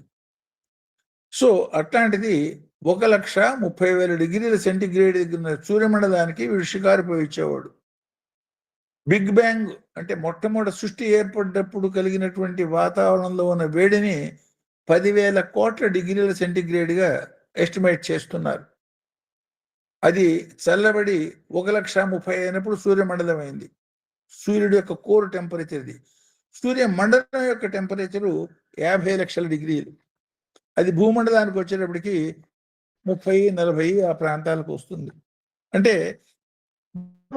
వచ్చి ఈ తత్వం నుంచి సూర్యమండలం నుంచి చంద్రమండలము, ఈ ప్రక్రియలో జ్యోతి స్వరూపం ఉండాలి. ఈ జ్యోతి స్వరూపాన్ని కాంతిమయ స్వరూపంగా, అంటే శక్తిమయ స్వరూపం నుంచి కాంతిమయ స్వరూపంగా మార్చుకునే ఒక ప్రక్రియని ఈ సాధనలో మనం చేస్తున్నాము అన్నది అంతర ఆదిత్య సాధనా ప్రక్రియగా మనం అర్థం చేసుకోవచ్చు. అంటే కేవలం వేడిలో నుంచే వెలుతురు వచ్చింది. ఈ వేడి కాకుండా వెలుతుని చంద్రుల్లో చూస్తాం, వేడితో వెలుతుని సూర్యుడిలో చూస్తాం, కేవలం వేడిని అగ్నిలో చూస్తాం. అగ్ని లేకుండా సూర్యుడు లేడు, సూర్యుడు లేకుండా చంద్రుడు లేడు. అట్లా సూర్యమండలంలో ఉన్నటువంటి అఖండమైన శక్తి 7 వర్ణాలతో మనకి వ్యక్తం అవుతూ ఉంటుందని విబ్జిఆర్ అనుకున్నాం. ఈ విబ్జిఆర్ వర్ణాలు ఏవైతే ఉన్నాయో, ఈ విబ్జిఆర్ వర్ణాల్లోని ఫిల్టర్ చేసినటువంటి శుద్ధ వర్ణాన్ని గాయత్రి మంత్రంలో ఉన్నటువంటి 5 ముఖాలుగా ముక్త, విద్రుమ, హేమ, నీల, ధవళ, అంటే ముత్యపు వర్ణం, కాషాయ వర్ణం, బంగారు వర్ణం, నీల వర్ణం, సూర్యోదయంలో నుండి ప్రాథమిక సూర్యోదయ వర్ణం ధవళ వర్ణం. ఈ 5 రకాల వర్ణాలు ఫిల్టర్డ్ ఎనర్జీ ఆఫ్ సన్ అనొచ్చు. ఈ 5 వర్ణాలు మన శరీరంలో ఎప్పుడైతే తీవ్రమైనటువంటి శక్తితో వాటి యొక్క అస్తిత్వాన్ని ప్రకటిస్తాయో, వీడి యొక్క అర చాలా ఉత్తమోత్తమైన స్థితిగా జ్యోతిర్మండల స్థాయికి వీడు పెరుగుతాడు సుమా. అంటే జ్యోతిర్ధ్యానం అన్నప్పుడు దీప ఆరాధన అంటాం. పేర్లు మనం చేసే పనుల యొక్క పేరు మనం అర్థం చేసుకుంటే కూడా మనకి దీప ఆరాధన అంటే ఏమిటి? దీపాన్ని వెలిగించడం దీపారాధన అనుకుంటున్నాం. ఆరాధన అంటే ధ్యానము. దీపాన్ని వెలిగించి ఆ దీపాన్ని మీరు కనుక ధ్యానం చేసేటట్టయితే ఆ దీపంలో ఉన్నటువంటి జ్యోతిర్మయ తత్వం మీ శరీరం అంతా వ్యాపించి మీ శరీరం యొక్క జ్యోతిర్మయ స్థితిని మీకు అనుభూతం చేస్తుంది. ఉదాహరణ తీసుకుని కావాలంటే ప్రయత్నం చేసి చూడండి. వెలుగుతున్న దీపానికి ఏకాగ్రంగా కొన్ని నిమిషాల దీపం వంకే తదేకంగా చూస్తూ ఉండి తర్వాత కళ్ళు మూసుకుని ఆ దీపాన్ని ధ్యానం చేస్తే మన లోపల కూడా అదే జ్యోతిర్మయ తత్వం, వెలుగుతున్న జ్యోతిర్మయ తత్వాన్ని మన భృగుటిలో, అంటే 2 కళ్ళకి మధ్యలో ఉన్నటువంటి రుద్రగ్రంథి స్థానంలో ఆ జ్యోతిర్మయ భావాన్ని మనం చూడొచ్చు. అంటే అర్థం ఏమిటి?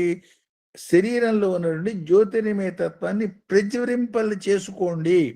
అది సహజంగా ఉన్నది. ఆ ఉన్నది క్రమక్రమంగా క్షీణించి శక్తిహీనమై మళ్ళీ ఇంకో జన్మ ఎత్తేదాకా ఆ లైన్లకు తీసుకుపోతోంది. దీన్ని తేజోవంతంగా సాధన ద్వారా పెంచుకోవటం మూలంగా జ్యోతిర్మయమైనటువంటి స్థితి పెరిగి ప్రధానమైన జ్యోతిలో, అంటే భగవంతుడే జ్యోతి స్వరూపుడు, ఆ జ్యోతిల్లో మీరు ఐక్యమైపోయేదాకా మీకు అవకాశం ఉన్నది అన్న భావనగా కూడా దీన్ని మనం తీసుకోవచ్చు. సో ఈ ఈ ఈ సూర్యుడి యొక్క తత్వాన్ని 7 గుర్రాలు, 7 కిరణాలు, 7 ఛందస్సులు, 7 స్వరాలు, 7 ఋషులు, అంటే సప్తఋషుల యొక్క మార్గదర్శకంలో ఆయన ప్రయాణం చేయటం, ఆయన యొక్క అధిష్టాన దేవత అగ్నికి కూడా 7 ముఖాలు, అంటే సప్తజిహ, 7 అగ్నికి సప్తజిహ్వలు అని, 7 రకాల ముఖాలు అని. సో అగ్నికి కూడా 7 రకాల ముఖాలు ఉండటం, ఆ అధిష్టానమైన అగ్నికి ఆరాధ్య దేవత రుద్రుడు కనుక మనం చూసేటట్టయితే ఇది రుద్రమంత్రంగా మనం చెప్పుకుంటున్నాం. 7 కోటి మహామంత్రాలు రుద్రుడి యొక్క ముఖాలు 5 ముఖాల నుంచి వచ్చినాయని, అంటే ఈ 7 7 7 7 చొప్పున ఈ సప్త ప్రాధాన్యత చాలా విశేషంగా ఈ సూర్యుడిలో మనకు కనపడుతుంది. అట్లాగే మన శరీరం కూడా సప్తధాతుమయం. ఈ ధాతువుని సరైన ప్రపోర్షన్లో వృద్ధి చెందించుకోవటం మూలంగా ధాతు పుష్టితో వీర్య పుష్టి, ఆ వీర్యాన్ని అధోముఖమైన ప్రయాణం కాకుండా ఊర్ధ్వముఖమైన ప్రయాణానికి తీసుకుపోగలిగేటట్టయితే అదే ఓజస్సు, అదే తేజస్సు. ఆ తేజస్సే బ్రహ్మవర్చస్సు.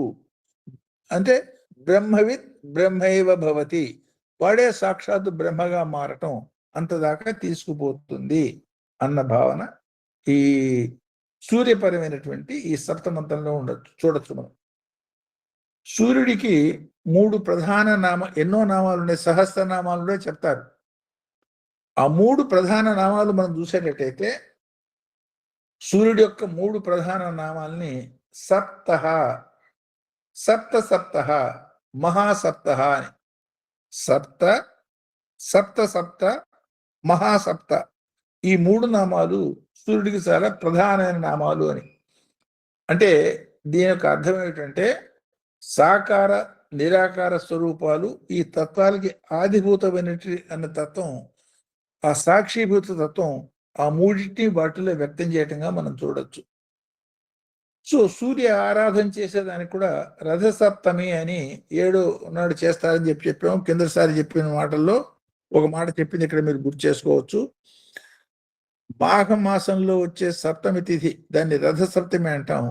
ఆనాడు ఆకాశంలో మనం చూసేటట్టయితే మిగతా నక్షత్రాలన్నీ సూర్యుడు చుట్టూత ఒక రథం ఆకృతిలో ఏర్పడటం, ఆ మధ్యలో సూర్యుడు ఉండి రథంలో సూర్యుడు కూర్చుని ప్రయాణం చేస్తున్న అనుభూతికి మనకు కలగటం, దానికి మన శరీరానికి ఉన్న సంకేతాన్ని ఇవాళ మనం తెలుసుకున్నాం. కాబట్టి ఆ రథ సప్తమి నాడు ఆ జిల్లేడాకు 7 తీసుకుని నెత్తిన పెట్టుకుని బుధాల మీద పెట్టుకుని స్నానం చేయటం, ఆ కొన్ని మంత్రాలతో ప్రార్థనతో స్నానం చేయటం, ఇవన్నీ కూడా ఆచార ప్రక్రియగా చూస్తాం.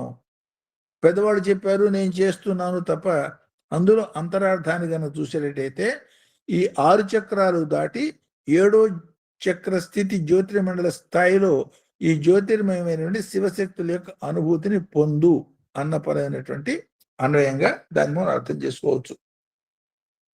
సో ఈ వివరాల్ని ఇంకా ఈ సూర్యగ్రహణ తుల్యాత్ శుక్ల మాఘస్య సప్తమి అని, సూర్యుడికి గ్రహణం వచ్చినప్పుడు అంటే సూర్యుడు చంద్రుడు, సూర్యుడిని మన శరీరంలో ఉన్న ఆత్మశక్తిగా చూస్తాం, చంద్రుడిని మన శరీరంలో ఉన్న మనస్సుగా చూస్తాం.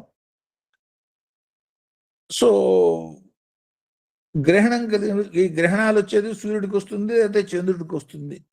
గ్రహణం అంటే ఏమిటి? ఆ సూర్యుడి యొక్క శక్తి మాస్క్ కావటం, అంటే అవరోధించబడటం. అంటే మన వ్యక్తాత్మ భగవంతుల్లో అంటే విశ్వాత్మలో కలిసిపోయేదానికి అనుకూలమైనటువంటి అవకాశంగా దానిలో నుండి ఆధ్యాత్మిక శక్తిని అర్థం చేసుకుని ఆ పర్టికులర్ టైంలో సాధనోన్ముఖంగా ప్రయత్నం చేయటం మూలంగా తేలికగా మనస్సుని స్వాధీనం చేసుకుని ఉత్తమ స్థితికి పోవచ్చు అని అర్థం. అంటే బలహీనంగా ఉన్నవాడిని, ఒక 10 రోజులు ఉపవాసం ఉండి బలహీనంగా ఉన్నవాడిని ఓడించడం తేలికే, అవునా కాదా? జీవితంలో చూసినా కూడా. లేదు, చాలా బలంగా చాలా ప్రిపేర్డ్గా ఉన్నవాడిని ఓడించడం కొంచెం కష్టం.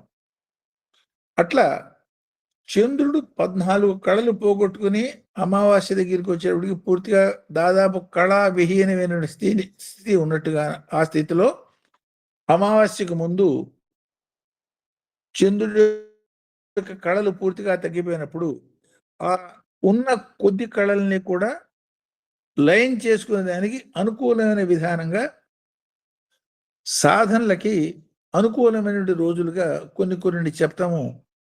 వ్యక్తిగతమైన జీవితానికి అనుకూలమైన రోజులుగా ఇంకొన్ని చెప్పటము అనే ఒక ప్రక్రియ కూడా ఈ చదువుకునే విధానంలో. అంటే ఇవాళ మనకి ఎందుకు ఈ మాట చెప్తున్నానంటే, సండే ఈజ్ ఏ హాలిడే, అంటే వారంలో 6 రోజులు పనిచేసి 7వ రోజు సెలవు తీసుకోవటం అనేది ఇవాళ ప్రక్రియ. అధ్యయన దినాలు, అనధ్యయన దినాలు అని పాటించేవాళ్ళు. అనధ్యయన దినం అంటే ఏమిటి? కొత్త విషయాలు తెలుసుకోరు, పాతవి మాత్రమే సాధనాపరంగా తెలుసుకుంటారు, అంటే నెమరు వేసుకుంటారు. ఈ అనధ్యాయ దినాలు ఏమిటంటే చంద్రుడు చాలా బలంగా ఉన్నప్పుడు, అంటే పూర్ణిమ నాడు ఒక రోజు ముందు ఒక రోజు తర్వాత, లేదు చంద్రుడు చాలా బలహీనంగా ఉన్నప్పుడు, అమావాస్య దానికి ఒక రోజు ముందు ఒక రోజు తర్వాత. వీటిని అనధ్యయన దినాలు అంటే ఆ రోజు కొత్త పనులు చేయమోకండి. అంటే బలహీనమైన మనోస్థితి ఉంటుంది, లేదు చాలా ఉత్తేజమైన మనోస్థితి ఉంటుంది. కాబట్టి ఎక్కువ ఉత్తేజంతో కానీ తక్కువ మరీ అసలు ఉత్తేజరహితంగా కానీ మనస్సు ఉన్నప్పుడు కొత్తవి చేపట్టకండి. ఆ రోజు కేవలం సాధనలో మాత్రమే గడపండి అన్న సంకేతం. మిగతా అన్ని రోజులు యాక్టివ్గా జీవితాన్ని గడిపే విధానానికి తగ్గట్టుగా అనధ్యయనము, అధ్యయనము అంటే సెలవు తీసుకునే విధానం అన్న పద్ధతిగా ఉండేది. 15 రోజుల్లో 3 రోజులు పెట్టేవాళ్ళు. ఇవాళ ఎందుకు ఆదివారం ఎప్పుడు ఏ తిథి అవుతుందో అంటే వాళ్ళ జీవన విధానమే సాధన ప్రత్యేకంగా చేసినా చేయకపోయినా జీవన విధానంలోనే ఆధ్యాత్మిక పురోగతికి ఏర్పాటు చేసుకున్నటువంటి జాతి భారతీయ జాతి. ఆ విధి విధానాలు పోగొట్టుకుని ఈ ఇంగ్లీష్ చదువులు, ఈ పాశ్చాత్య వ్యామోహమైనటువంటి జీవితాల మూలంగా ఆ ప్రక్రియకి దూరమైనాం కాబట్టి ప్రత్యేకమైన ప్రయత్నం చేసి మళ్ళీ ఆ మార్గంలోకి మనం పోవాల్సి వస్తుంది. సో ఆ మాదిరిగా దీన్ని అన్వయం చేసుకునేటట్టయితే ఎందువల్ల ఈ యోగ లేకపోతే మంత్ర సాధన కానీ, లేదు సంధ్యావందనాది కార్యక్రమాలు కానీ, లేదు పూజాది కార్యక్రమాలు కానీ మన పురోగతికి ఎట్లా దోహదం అవుతాయి అనేది అర్థం చేసుకుని భావంతో చేసి పూర్తి ఫలితాన్ని మనం పొందొచ్చు. మెకానికల్గా చేస్తే ఇది కొంత ఫలితం వస్తుంది. మెకానికల్గా చేసిన దానికన్నా తెలుసుకుని చేసుకోవటం మూలంగా ఎక్కువ ఉదాత్తమైన ఫలితాన్ని పొందొచ్చు. అది ఇందులో ఉద్దేశం. సో ఇక్కడి నుంచి నెక్స్ట్ శనివారం కలుసుకున్నప్పుడు మళ్ళీ ఇది కంటిన్యూ చేద్దాం. ఈ సూర్యతత్వాన్ని, అందులో ఉన్నటువంటి ఆ సూర్యుడి యొక్క 3 ప్రధానమైన తత్వాన్ని సప్తః, అప్తః, వ్యుప్తః, తః అన్న వివరాలు, ఆ వివరాలు నెక్స్ట్ టైం మనం తెలుసుకుందాం. సో ఇక్కడ దీన్ని ఆపుతాను. ఫర్దర్ క్లారిఫికేషన్ పూర్తిగా రాలేదు, ఇంకొంచెం తెలుసుకోవాల్సింది ఉన్నది, అట్లాంటి సందేహాలు ఏదైనా ఉన్నా కూడా మీ ఇష్టం వచ్చే సందేహం అడగచ్చు. సో దాన్ని మనం డిస్కస్ చేస్తాం. అందరికీ నమస్కారం. అండి, మీరు చెప్పిన దాంట్లో ఒక చోట వారాల్లో కల్లా సూర్యుడికి సంబంధించింది సోమవారం అని అన్నారు. అది నేను తప్పుగా విన్నాను, అక్కడ ఏమైందో నాకు అర్థం అవ్వలేదు. సూర్యుడికి ఆదివారం, చంద్రుడికి సోమవారం. అక్కడే సోమవారం అని అన్నారు, అందు గురించి అడిగాను. సోమవారం ఉద్దేశం ఏంటంటే సోమ అంటే చంద్రుడు కదా, సూర్య చంద్రులే ప్రధానమైనటువంటి జ్యోతిర్మయ తత్వాలు. సూర్యుడికి ఆదివారం, చంద్రుడికి సోమవారం. మన సాధనకి సోమ ఆదివారాలు రెండు కూడా. సోమవారం సాధారణంగా శివ సాధనకి, శివుడు పరమైన భావానికి చేస్తూ ఉంటాం. సోమ అనగానే సహ ఉమా ఇది సోమ అంటే శివ యొక్క కలయిక పరంగా దాన్ని అట్లా అన్వయం చేసుకుంటాం. సూర్యుడికి ఆదివారం. ఓకేనండి.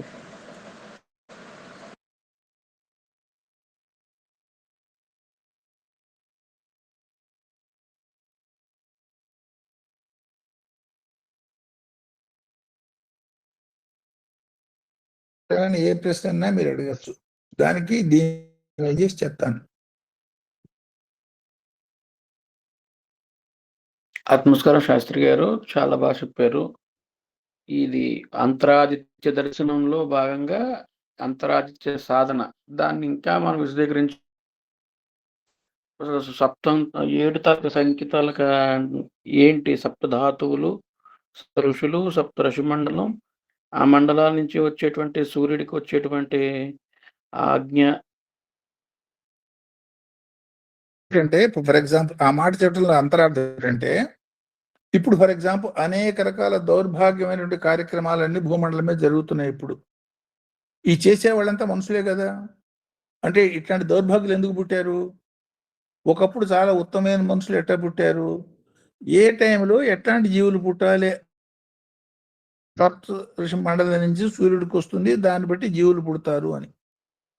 అంటే సప్త ఋషి మండలం యొక్క ఆదేశానుసారం సూర్యుడు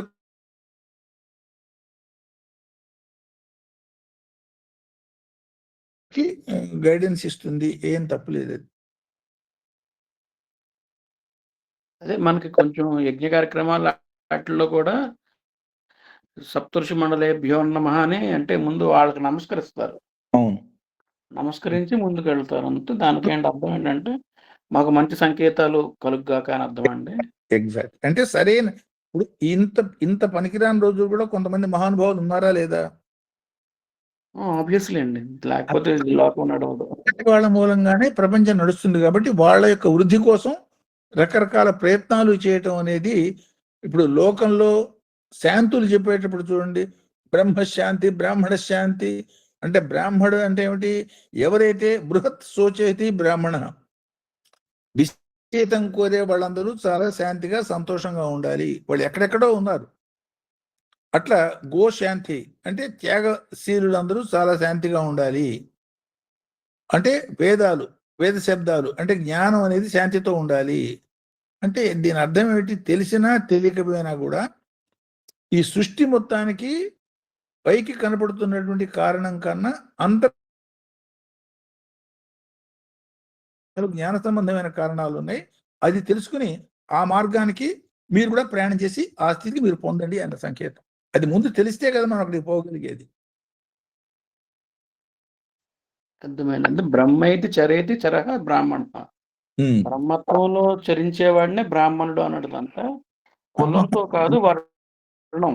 అది దాని స్థాయిని బట్టి డెఫినేషన్స్ ఉంటాయి. ఇప్పుడు అంటే జన్మతః శూద్ర అని ఎవడు పుట్టంగానే ఎవడైనా కేవలం శరీరంతో మాత్రమే పుట్టాడు, శూద్ర స్థితి. ద్విజత్వం చేత ద్విజుడు అవుతాడు. రెండో జన్మ అంటే ఏమిటి? ఓహో, ఇది ఒక జ్ఞాన మార్గం అవుతున్నది. ఇంద్రియాలకి సంబంధించిన అనుభూతులే కాకుండా ఇంద్రియానికి అతీతమైన అనుభూతులు కూడా మనం పొందొచ్చు. ఆ ఇంద్రియాలకి అతీతమైన అనుభూతులు పొందేదానికి కావాల్సిన జ్ఞాన మార్గం నేను తెలుసుకున్నాను. రెండో జన్మ. దానిలో ఆ అనుభూతి కోసం తగ్గ విధానంగా బృహత్ శోచేతి అంటే ఆ మార్గంలో స్థూల మార్గం నుంచి సూక్ష్మ మార్గంలోకి పోతూ పొందగలిగే అనుభూతిని పొందేదానికి చేసే ప్రయత్నం, ఆ మాదిరి ఆలోచన విధానం దాన్ని బృహత్ సోచన అన్నారు. దాని అనుభూతిని బ్రాహ్మణత్వం అన్నారు. అది బ్రహ్మ మార్గంలో చరించటం, బ్రహ్మత్వాన్ని పొందటం. బ్రహ్మైవ భవతి అంటే బ్రహ్మత్వాన్ని పొందటం అంటే అనుభూతిని పొందటం.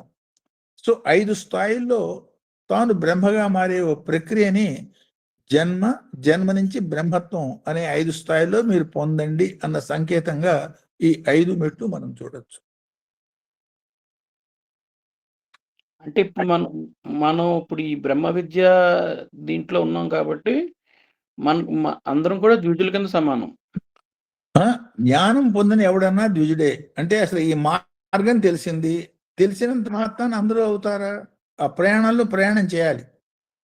సో ఆ ప్రయాణం చేసి ఆ ఫలితాన్ని పొందాలి. ముందు ఆలోచన ఉండాలి, తర్వాత ప్రయాణం చేయాలి, తర్వాత పొందాలి ఆ మెట్లు.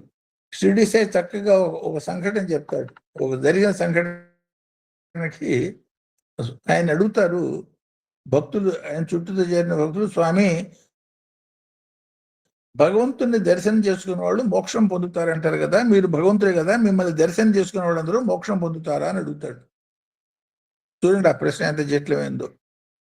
చాలా సూక్ష్మ. భగవంతుడి దర్శనం పొందిన వాళ్ళందరూ మోక్షం పొందుతారా? భగవంతుని నిజంగా దర్శనం చేసుకుంటే వాడు మోక్షం పొంది తీరా. ఎందుకని? బ్రహ్మవిత్ బ్రహ్మైవ భవతి. బ్రహ్మని చూసిన వాడు, బ్రహ్మని అనుభవించిన వాడు బ్రాహ్మడే, బ్రహ్మ అయిపోతాడు. కరెక్టే. ఆయన అవును అంటే అందరూ అయిపోతారు, కాడు అంటే ఎవరు కాడు. కానీ ఆయన చెప్పిన సమాధానం అంతకన్నా సూక్ష్మంగా చెప్పాడు. ఆయన చెప్పిన విధానం ఏమిటంటే, ఎదురుకుండా పెద్ద మామిడి చెట్టు ఒకటి ఉంటుంది. మామిడి చెట్టు అంతా మంచి పూత మీద ఉంటుంది, కొన్ని లక్షల పూల చెట్టుకి. ఆ పూల వైపు చూపిస్తూ ఈ పూలన్నీ పళ్ళైతే ఎంత బాగుంటుంది అంటాడు. ఆ పూలన్నీ కాయలన్నీ ఆ పిందెలన్నీ కాయలన్నీ పళ్ళు నిజంగా అవుతాయా? కొన్ని లక్షల పూలల్లో కొన్ని వందల పళ్ళు అయితే చాలా గొప్ప విషయం. కొన్ని వందల కాయలైతే గొప్ప విషయం. ఆ కొన్ని వందల కాయల్లో ఓ 10-15 కాయలు పూర్తి స్థాయికి వచ్చి మందుంచి మొక్క మొలిస్తే గొప్ప విషయం. మళ్ళీ ఆ మొక్క పిలిచి పండు దాకా అయ్యే స్థితికి పోవడం ఇంకా గొప్ప విషయం. అట్లా మానవుడికి అధికారం ఉన్నది. ఆ అధికారాన్ని ప్రయత్నపూర్వకంగా సాధించగలగటం అప్పుడు బ్రహ్మత్వం సిద్ధిస్తుంది. ఎంతో జ్ఞానం రావణాసురుడు, కానీ లౌకికమైన సుఖాల మీద పోవటం మూలంగా అసృత్వానం అనే పేరు సంపాదించుకున్నాడు. అంటే కేవలం శక్తి ఒక్కటి చాలదు, శక్తితో పాటు విశ్వహితమైనటువంటి ఆలోచన, ఆచరణ, విశ్వం అంతా ఒకటేను అన్న భావన చాలా బలంగా ఉన్నప్పుడు అవకాశం.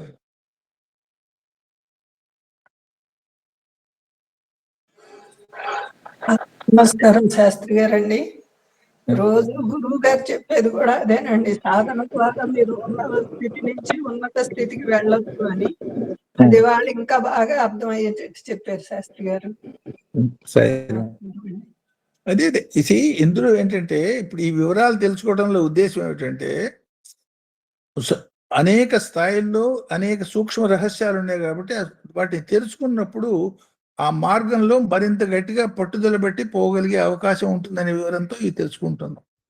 అల్టిమేట్ గా ఈ థియరీ అంతా కూడా మనకి ప్రాక్టికల్ నాలెడ్జ్ కింద మార్చుకునే దానికి సాధనే మార్గం.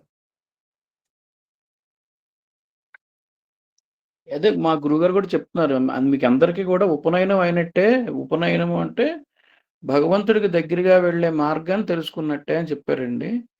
అది ఇప్పుడు ఇంకా క్లారిటీగా మనం ద్విజ అంటే ఉపనయనం అయిన వాళ్ళని ద్విజులు అంటారు, అంటే రెండో జన్మ ఎత్తినట్టుగా. అదే ఉపనయనం అనే మాట కూడా ఒకసారి అర్థం చేసుకో. నయనం అంటే కన్ను కదా. అవునండి. 2 కళ్ళు ఆల్రెడీ ఉన్నాయి కదా. 2 కళ్ళతో మనం ప్రపంచాన్ని చూస్తున్నాం. ఈ 2 కళ్ళకి ఆధారమైన జ్ఞాన నేత్రాన్ని తెరుచుకునే ప్రయత్నము, తెరిచే ప్రయత్నము ఉపనయనం. అర్థం చేసుకోవచ్చు అంటాం. ఉపనిషత్ అంటే ఏమిటి అర్థం? అందులో ఉప ని సత్, షత్ సత్తు తేడా లేదు. సత్ అంటే సత్పదార్థం, మార్పులు చేర్పులు లేని బ్రహ్మ పదార్థాన్ని సత్ అంటారు. ఆ సత్తుకి సమీపంగా మన తీసుకుపోయే జ్ఞాన మార్గాన్ని ఉప అంటే ఉపవిష్టతి అంటే కూర్చోవటం. ఆ సత్తుకి సమీపంగా మన కూర్చోబెట్టేది ఉపనిషత్. అందులో ఉన్న జ్ఞానం అర్థం చేసుకునేటట్టయితే బ్రహ్మతత్వానికి చాలా దగ్గరగా తీసుకుపోతుంది. బ్రహ్మను కావటానికి ఆ అనుభూతి నీకు రావాలి. ఇది జ్ఞానం, ఇది తెలపటం మాత్రమే. అంటే డ్రిల్ టీచరు ఇట్లా చేయండి ఇట్లా చేయండి అని తను చేసి చూపిస్తాడు. ఆ చేసి చూపించినాక మనం ప్రాక్టీస్ చేయటంలో మనం కూడా చేసినప్పుడే మనకి దాని మీద ప్రాక్టీస్ వస్తుంది. అట్లా దీన్ని అర్థం చేసుకోవచ్చు. అంటే స్వానుభూతి అంటారండి. స్వానుభూతి, ఎస్. మన అనుభూతి, ఈ జ్ఞానం వచ్చి మనకి రావాలి. అది మనకి ఆ అనుభవం వచ్చినప్పుడు ఆ అనుభూతితో పొందే ఆనంద స్థితిని అనేక రకాలుగా వ్యక్తం చేయటమే అది ఈ వేద మంత్రాల్లో ఉన్నటువంటి అంతరార్థం. అట్లాంటి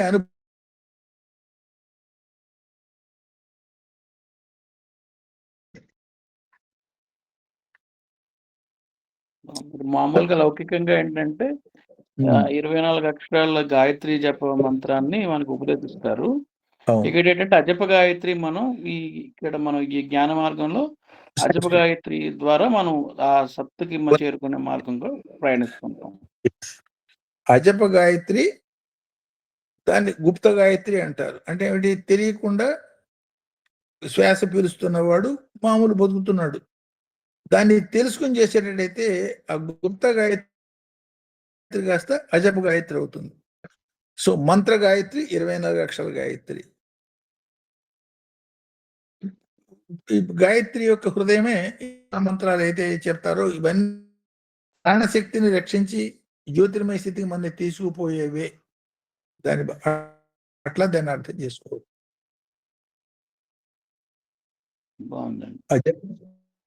జప గుప్త 3 స్థాయిలో చెప్తారు. వాటి మన జీవితానికి పరమార్థం ఏంటి అన్నది నిన్న గురువుగారు ఒక డిస్కషన్‌లో చెప్పారు. దానికి ఇంకా క్లారిటీగా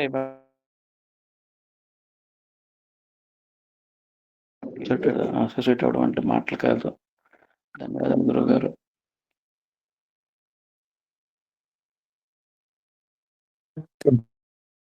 సో సో ఇక్కడ ఆపుతాము. నెక్స్ట్ టైము ఈ ఈ ఈ సూర్యుడిలో నుండి 3 ప్రధాన తత్వాల్ని సప్తా అనే మాట ఉన్నది కదా, ఈ సప్తా అనే మాటని నెక్స్ట్ టైం దాని అందులో ఉన్న 3 తత్వాలు 3 స్థాయిలు దానికి ఈ దేవతా తత్వానికి ఎట్లా అన్వయం చేసుకోవాలో ఆ వివరాలు నెక్స్ట్ సాటర్డే కలుసుకున్నప్పుడు చెప్పుకోవచ్చు. అందరికీ నమస్కారం. ఆత్మ నమస్కారం శాస్త్రి గారండి. శాస్త్రి గారు